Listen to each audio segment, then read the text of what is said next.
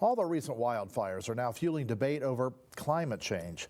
Today, Blake Allen spoke to different people around Oregon trying to gain their perspectives. Blake?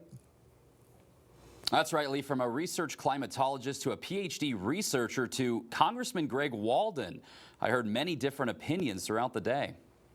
This current wildfire event may be the worst many in the state of Oregon will see in their entire lives. Homes lost, businesses and livelihoods destroyed, and even devastating loss of life. Now many are asking why this happened. Leading the topic of discussion is climate. Governor Kate Brown saying these fires were the result of climate change. I think there's no question that the changing climate is exacerbating what we see on the ground. However, some say otherwise, like Dr. Bob ZYBACH of Oregon. Dr. ZYBACH has a PhD in environmental studies. He's been observing this matter for years. He says these fires were completely the result of poor forest management and had little to do with climate at all. Fuel buildups are what caused these fires. They've been predicted for several decades. It's not climate change, it's management. The lands were actively managed by Native Americans, Indians, Oregon Indians, for thousands of years with prescribed burning. We use logging, road building, prescribed burning, and for 35 years, from 1952 until 1986, we only had one major fire in Western Oregon. Right now, we've got 4 or 5 catastrophic scale fires going on at the same time, and this has been happening a lot since 1987.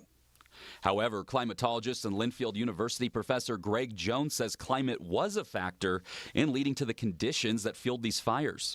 The whole issue is that our ramping up of a warming atmosphere over the past 100 plus years, and especially in the past 30, 40 years, has really put us in a situation in which the temperatures during the year are much warmer. We're typically having more wide variability within our rainfall patterns, and so all of this has been really driven or accentuated by the fact that we have climate change.